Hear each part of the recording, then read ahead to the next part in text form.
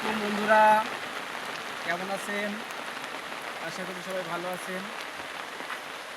আজ আষাঢ় মাসের দ্বিতীয় দিন। তো প্রচুর বর্ষা হচ্ছে, চারিদিকে অঝরে বৃষ্টি নামছে। তো আমরা এসেছি বাঁকড়া কপোতাক্ষ নদীর উপরে, ব্রিজের উপরে। তো নদীতেও সুন্দর একটা প্রাকৃতিক দৃশ্য দেখা যাচ্ছে। নদীর দিকে একটু দেখান।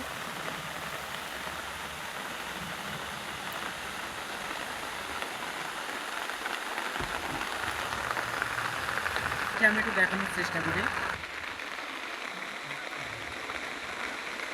চেষ্টা করি। দেখেন ওই দূরের টাওয়ার দুটো অনেক দেখা যাচ্ছে, গাছপালা তরুলতা।